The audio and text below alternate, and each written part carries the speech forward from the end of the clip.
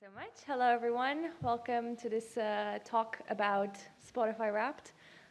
This will be a bit of a fun talk, if I dare say. It was a bit of a hobby project that I started, and it ended up having some really cool results, so we're going to go over that. But there's also a few things to be learned that you can apply to more serious projects, so to say, about the way that people interact with data nowadays and trends to that effect, but mostly fun.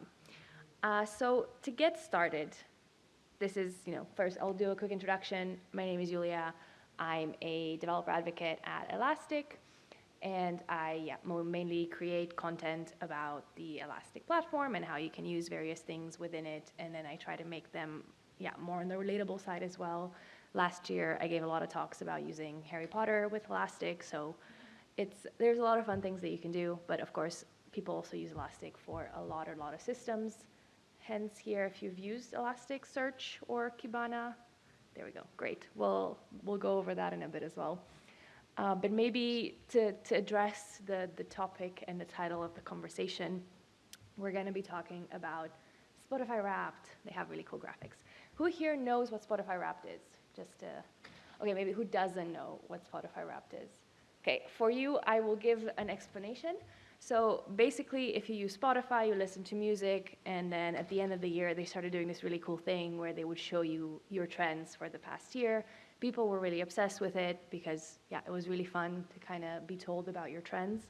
This is some of my original Spotify Wrapped from a few years ago. Not to brag, but I am a really big Hozier fan, and I got to like the top 0.5%, so I'm just going to take a second to appreciate that. But this is kind of the spirit of the Spotify Wrapped, is that people would get this, they would share them on social media and brag about it, or just compare and maybe be surprised by what came back or not. And it used to be really fun. You would get some different statistics about the amount of minutes that you listen to, the genres that you listen to, your top song, and a few pretty basic examples. As you can see the little dots there at the top, that's like how many pages the Spotify Wrapped used to have. So it was quite a few. Some of them were more interesting than others, but I would say these were like the basic statistics that everyone wanted to talk about. And also, you may be familiar with it because it's been gaining popularity more and more over the year. It usually comes out towards the end of the year, so you can see this is like a basic Google search term. Just looking at Wrapped, not even like necessarily Spotify Wrapped, but based on the timing, we can tell that that's pretty much when everyone starts talking about it. And last year, it was poised to be the most popular year yet. Everyone was excited, everyone loved it. What could possibly go wrong? Did you guys like your Spotify Wrapped last year? Yeah, that's pretty accurate. However, I do want to point out that the Wrapped could also be addressing other topics, because based on Spotify's example, a lot more companies started doing this Wrapped kind of trend just to jump on the bandwagon. We had Aldi Wrapped, which I don't know if they have Aldi in your countries, but it's a supermarket, and they were basically like making memes about how many things people bought. And it was becoming even more of a trend. So again, I think I did the slides the other way around, but the whole thing was, how could it possibly go wrong? What was like a big thing that came out last year that might have influenced it? Pretend you didn't already see it. GenAI. So basically a simple project, perhaps a lot of simple projects that that you're familiar with, did not escape getting hit with the GenAI wave of making improvements to it. Which is not to bash GenAI. I spend a lot of time talking about AI. I have a degree in data science, so I'm a big fan of it, but when done right and when done with sense. And I think this is a beautiful example of the opposite. Basically, the world kind of exploded with the results when Spotify Wrapped came out. These are a few of the articles I found from major publications that all of a sudden were talking about a music listening trend. People were pissed.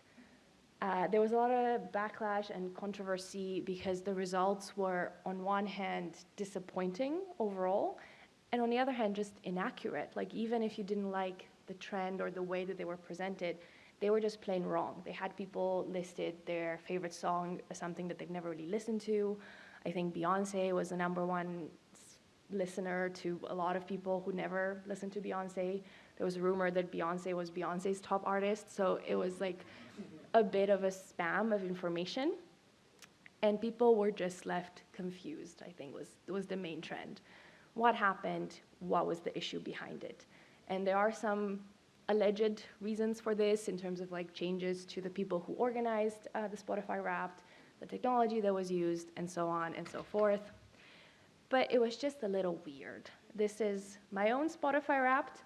You will see that Hosier is kind of still there, but I've been apparently listening to Dark Illithid Pumpkin Spice, which is like, okay, maybe it's true, but it's weird, right? Like it didn't give you genres anymore in the classic sense, so you couldn't really filter on it or listen to more of this genre. You didn't really have a list of the top songs, or it wasn't like the classic, filter aggregator, here's a list of things. It was more vibes. And I was a listening vampire, and then I started getting recommended teen angst playlists, which were fine. But again, it's like a bit of going over the top in terms of making things fuzzy and very AI generated. And yeah, it leaned a bit too heavily perhaps into it, and people no longer saw the base metrics. So again, as a trained data scientist and user of Python, what do we do in this situation? We just try to do it ourselves. So what we saw was that this wrapped effect was very successful, right? Just even before Spotify kind of went a little bit off the rails, a lot of other companies were adopting that model, and we saw that it kind of worked with all different kinds of data. So maybe it wasn't even something that was, proprietary Spotify algorithms of some kind. We saw a lot of other companies start to create wrapped of their own. Maybe they're calling it wrapped, like Aldi did. Maybe they're not, but the spirit is pretty much still there. So I started seeing these on my feed, for example, with my own data. So I wear an Aura ring when I go to sleep. I have a Garmin watch. I do all the IoT things. And then they started telling me about my habits. And I was like, okay, so you actually have data about myself, and you're building these wrapped things on top. They were telling me how long I was averaging my sleep, how many steps I was taking, and so on and so forth. I also saw this on Instagram after the London Marathon. Various other companies like Strava and Rana started making statistics that were useful for the general population in terms of like, how did people train for marathons? What have you been doing? Basically listening to the data that you have and giving suggestions both for the personal, for each person to like learn from, but also just overall trends. So I started, picking up all these examples and thinking, okay, there are all these different ways to do it. What can we learn from it? Where do we get the data, and what do we do with it? So let's build it. First thing first, we will need data, and the most useful, I would say, main character in the story is GDPR, because if you're familiar with it, basically, since the new laws changed and people have to provide you your data, they actually really have to. So any company you think of that you've interacted with, you can go to them and say, give me my information, and they legally have to do it. They may say, oh, we don't know, we don't offer that, but then you just say GDPR, and then they will give it to you. I had this, I messaged Albert Heijn, like the grocery store, and first they said, we can't really give you your data, that's weird. And then if you literally just say GDPR, they'll be like, a data scientist will be in contact with you in a further email, and you can get your data dump. Thankfully, Spotify did make it a little bit more easier than usual. If you go into your account privacy, they basically set up this process through which you can very easily get your data. They explain that, what they use your data for, because they have to, and you get to this section that says download your data, and I see you guys getting your phones out. You can indeed literally just generate it, and then you can follow along for the other parts of the session. You're able to get your last 30 days of listening, or you're able to get your lifetime of listening. It just can take a little bit longer.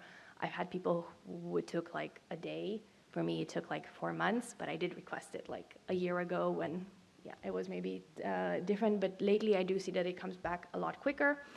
And then it comes back in a beautiful format. As someone who's really into clean data, what you get is they give you this PDF that explains exactly it's documented. Like, how many projects do we work on that are not documented, but the Spotify download data has documentation. So it's a JSON format. You have all this very detailed information about everything you've listened to. They explain every field and like how to interpret it. You have unique IDs for every song, for every artist. It's like a dream, and it's also in multiple language. And of course, GDPR makes an appearance on every page. So again, we thank GDPR for making this happen. But basically, when I saw this, I knew I had to make a project out of it, because how often do you get data in such a nice format? Like I said, I tried with different other applications as well, and it was a more complicated process. But what Spotify does is it gives you these beautiful JSONs that are sorted per years. So you can see that I have my data since 2015. So some of the results will, be of a past Iulia that is no longer around. So please don't judge her too harshly. She listened to different things back then, but basically you get all this data that is like really beautiful in here, and we can start processing it. So what I did is I made a notebook to first just get a glance around what can be done. I have the data in here in like a folder that I put next to it, and I just write a little script that creates a data frame, opens the file and reads it, and then if we take a look at the data frame that comes out, it's just a beautiful table with the information that you may need. I did drop and hide some of the less relevant fields, especially some that has like my IP address and where I'm located at any point in time, which I don't feel like sharing with you guys. And basically from here, you can take different approaches to process this data. I did initially think, okay, I'm just gonna make some plots, but they were ugly, and then I thought I don't want to spend the time to really fix it and go in through detail on it, but you could. But rather, because I work at Elastic, I thought I will use Elastic. And everything that I show you here is free to use and open source, by the way, so you can spin up your cluster as well and do this. You don't have to do any other subscriptions or whatever. So you can very quickly create an Elastic client. I have this in the cloud version. You can do the local one as well. And it's as simple as creating an index with the Spotify history name, which I've done. Again, I generate documents from all the files that I have. Because they're JSONs, it's really easy. Elastic works with JSONs as well, so I just upload them all in there and make them organized and nice. Then we create mappings, which is basically taking the table that I showed you from Spotify and making it into like a description and metadata of the information that I'm expecting. And this will help you later with processing the data if you know some fields are integers, some are strings, and then you know how to handle them later. And you can do really advanced stuff with it as well. For example, you can get the artist names, and you can then cross-reference and get lyrics involved and start doing semantic search. There's a lot of stuff you can do, but again, for today, we'll keep it a bit basic. We just want to get a Spotify Wrapped going. So then once we have that in, it's as easy as that. We can start running queries. This query is a match. So basically, I'm saying I want you to look at the field of the artist name and look for Hosier. And then it gives back the result, and we get back 5,653 times that I've listened to Hosier. And then it can list what those hits were. So when did it find Hosier and where? So you can already comb through this and get an idea. You get a nice number, so you can already start bragging. But we really want to take this the next step further. So what I do next is I create an aggregation, and then it takes the same field that I want to look at, the artist name, but then it's sorted by how many hits it got. So again, Hosier, as I guessed, was number 1. And then there was Ariana Grande, which again, don't judge me, this was a long time ago. And you can kind of see things that peek out from different trends or cycles that I've gone through. But again, this is the overall since 2015. So obviously what we want to do next is want to create a filter. So I added a range to my query to just say, okay, between 2014 and 2015. And because I put the mapping on this to be dates, then it also understands this. I don't have to specify like the exact second and day of January. So then if I run this, we see my top artists for the past year, which would have been in my Spotify Wrapped. Hosier, for the first time ever, has not won, and that is because Linkin Park got back together, and I could not have predicted that, but all of a sudden, like, they reached out back to the top. but it's like an interesting thing to notice. And this ranking is based on the amount of times played, which is what we were using before, which is the same as saying how many hits you get, so how many times an artist appears in your JSON documents. But then I thought, is that really the most accurate way to do it? Because some songs are longer, and like if you listen to one song for 2 hours, it's not really the same. So I thought, okay, we can do even more aggregations. I have the same filter query, and then I look at the milliseconds played. So Spotify tracks the exact milliseconds that a song was led on, and if you just give it the sum feature in there, it can add them all together and add them to those aggregations. So if I run this one, you get the number of times played and the hours. So yet again, Hozier comes back on top, everything's okay in the world. But then you get to see already that just the simple way that you do a calculation can affect your ranking. So because of course we don't know how Spotify Wrapped was calculated before or recently, we don't really know what goes on behind it. So the fact that you can build yourself from scratch makes it a lot more accurate in terms of, what exactly do you want to measure. So we can continue to play with this with different filters, but I thought, one of the main features of Spotify Wrapped is also that it's pretty. So I'm going to move over and build dashboards out of it. So to do this, like I said, I'm running this on Elastic, and besides the search engine, you also have the Kibana visualization parts.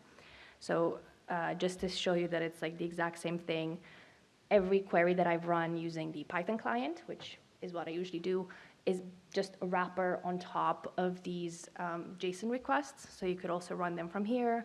You can implement them in any language you want. But of course, when you do run them from here, you can kind of look for the results, and you can see them in there, but it's like the whole JSON response comes back as well. So it's a bit more difficult to sift through. So the Python functions that I was writing were able to just look at the specific fields they want to get back. But this is to show that you do get a lot of other information that comes back with all your results, which is what we're able to then use into the visualizations as well. So then I have built the Spotify Wrapped Iulia's version.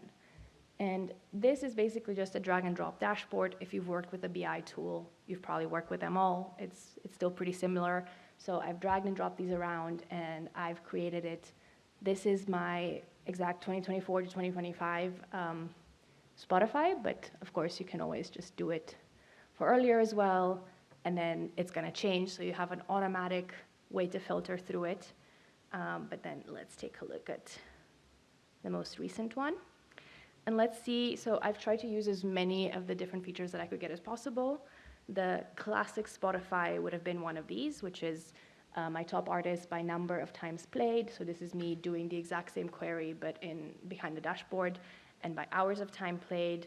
So you get to see them side by side. You can make pie charts. You can make whatever you want. Let your imaginations run free. But you also get more granular information. So I used my IP address that I did not necessarily want to share, but if you put it on the map with like fuzzy matching around it, then you don't have to pinpoint the exact places you've been. But I can see that whenever I've traveled for conferences, for example, I listen to Spotify in planes, on trains, everywhere.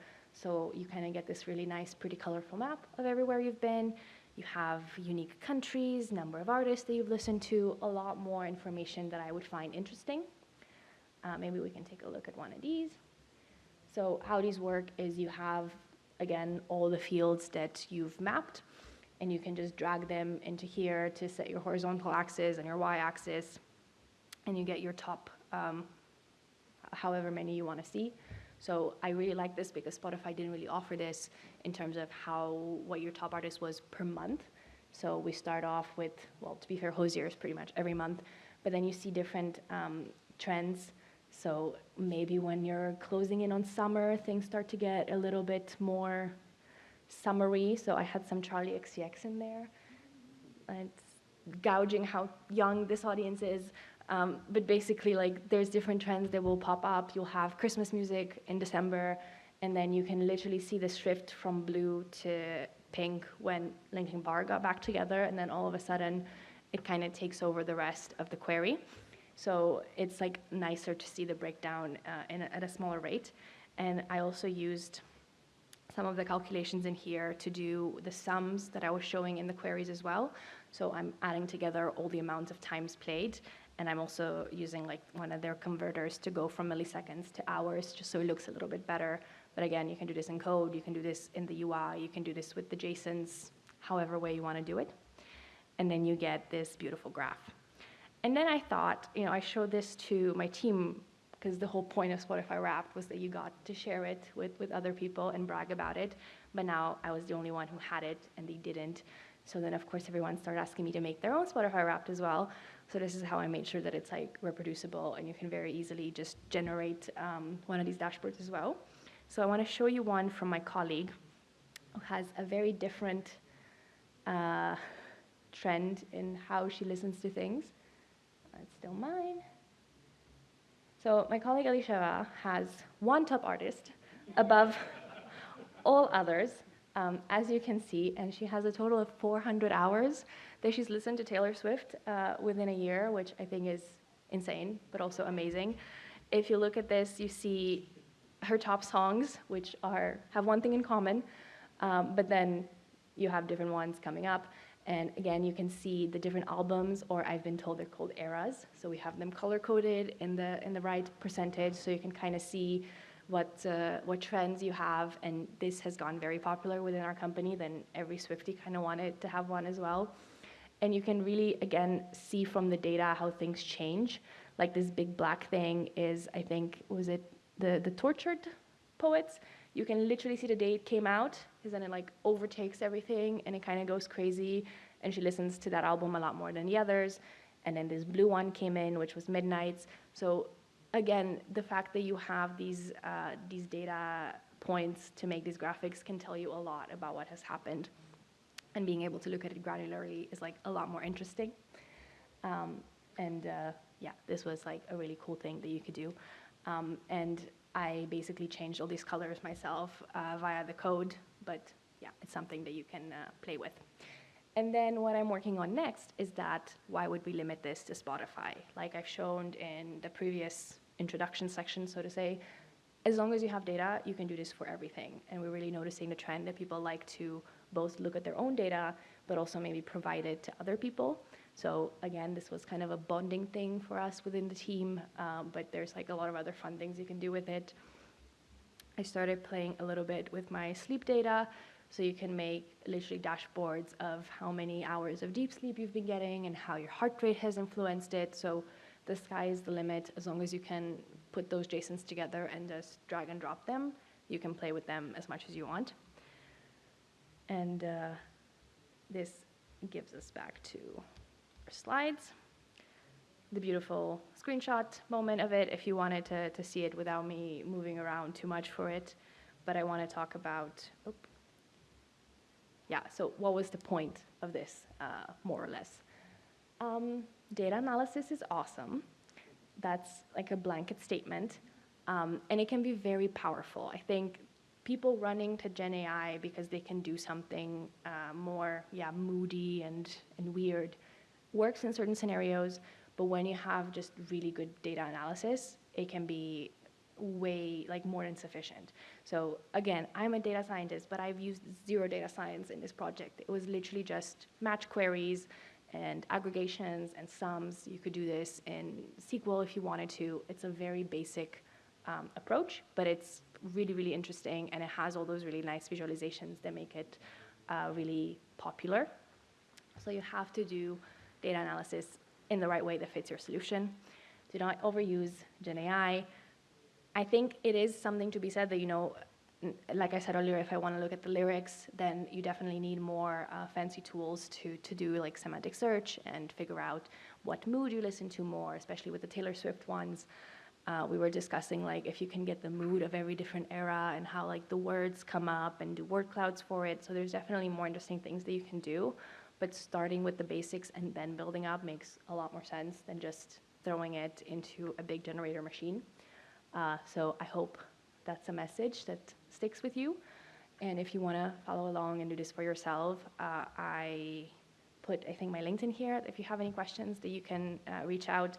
But then that should also make it easy for you to find. I wrote this whole thing in a blog as well, so you can go through the step-by-step. I made a video for it, so it should be easy to reproduce. And if you don't manage to, again, just please reach out and I'd be happy to help you. And I hope to see different Spotify Wrapped ideas, or not Spotify, but just Wrapped ideas coming out from you guys as well. So thank you.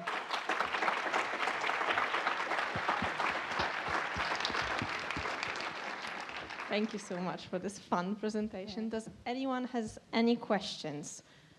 And I'd like to, okay. Thank you for the talk, it was really nice. I was wondering, have you considered to turn this into an actual public web application? So, yes and no. Like, again, the code is available on the GitHub, so you can follow along with it if you want to. The only thing is that then you would need to create a cluster for yourself on the Elastic website and generate all that. So it would be a little bit more happening behind the scenes. It would be possible to do if you just want to have like a one-click solution, but I think, I don't know if people would want to upload all their data into an unknown application or run it. Maybe, again, that's me being overly cautious, but I wouldn't do it so easily. I would prefer to just run it myself, but I could definitely wrap it into like a runnable thing that you can then deploy locally. So I will take that into consideration. Thanks. Yeah, it's not so easy to, it takes a few weeks. You have to wait for a few weeks if you want to get your data from Spotify. Yeah, again, it depends. I've had people do it and get it back within a few hours, but it's up to them. They say it can take longer if they're busy with different requests. So now if all of you send it, maybe you're clogging up the pipeline and it takes a little longer. I don't really know how it works behind the scenes, but yeah, you would still have to wait for your data. But once you have the data, then you could probably run an application to just generate your dashboard for you. Yeah, thanks. Cool.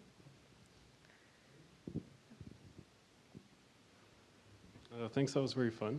I think GDPR is Europe only, right? Do you know if you try to get your data, you also get data from outside of Europe?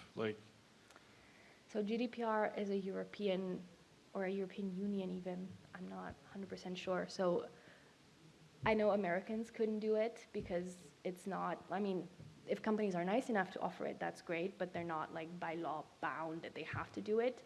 But GDPR basically says that you should be able to own your data, you should be able to make delete requests. So if you go to Spotify and you say, erase me from the face of the earth, they should be able to do that as well.